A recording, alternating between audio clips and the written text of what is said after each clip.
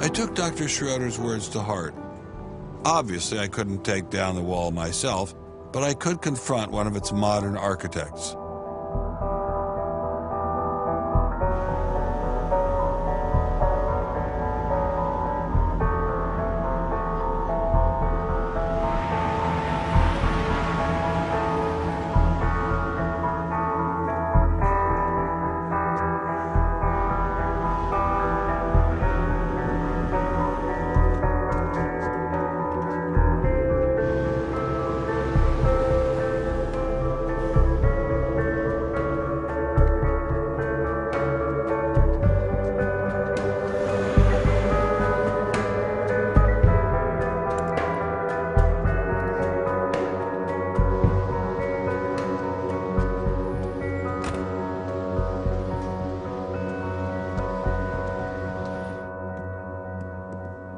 Hello, Professor Dawkins. How are you?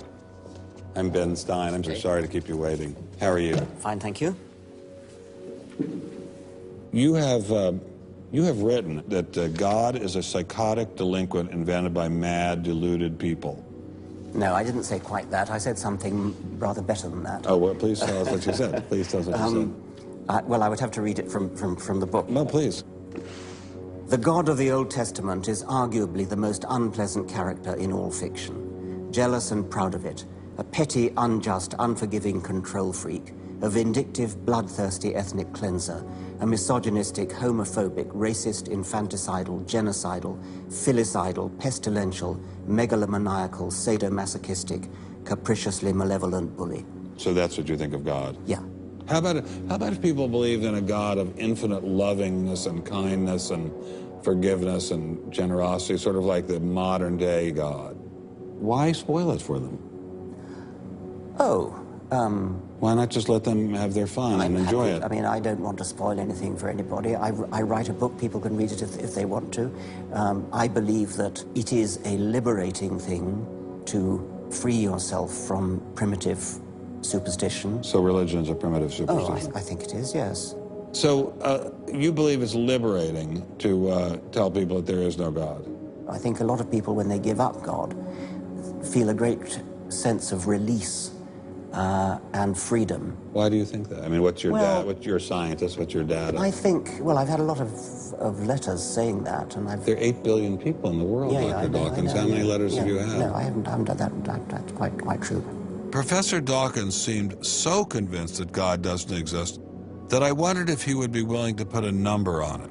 Well, it's hard to put a figure on it, but I mean, I'd put it as something like, 99% against or something. Well, how do you know it's 99% against, say, and not 97%? No, I did. You asked me to put a figure on it, and I'm not comfortable putting a figure on it. I just think it's very unlikely. What? But you couldn't put a number on it? No, of course not.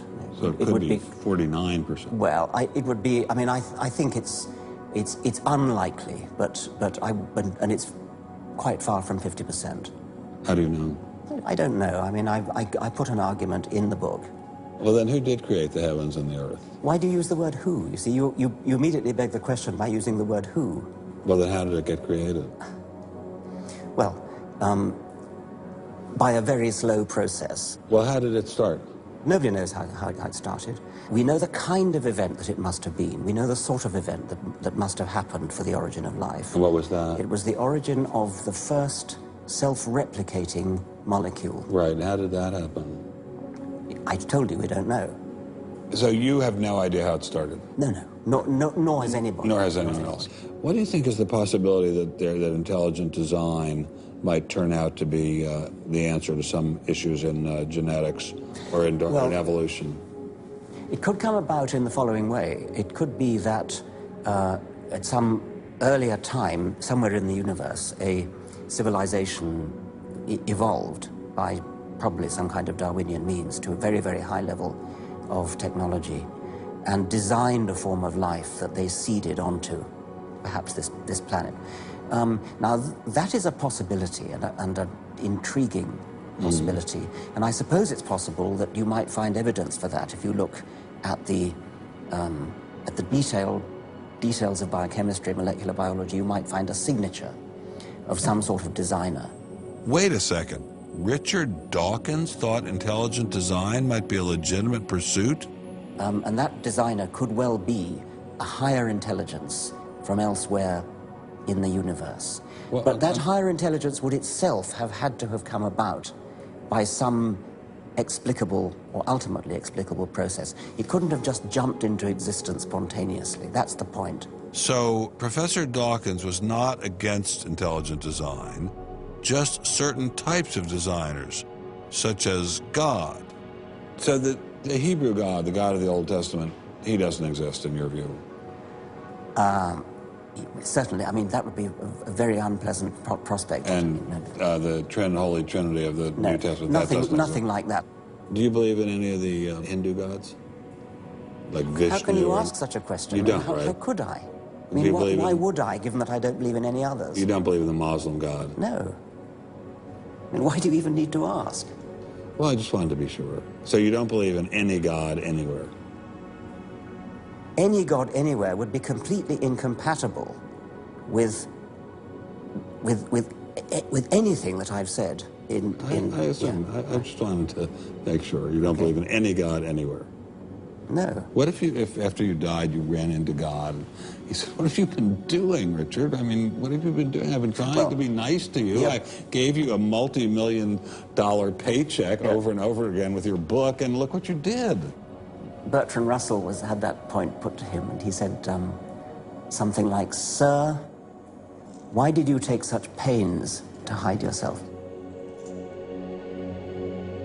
But if the intelligent design people are right, God isn't hidden. We may even be able to encounter God through science, if we have the freedom to go there. What could be more intriguing than that?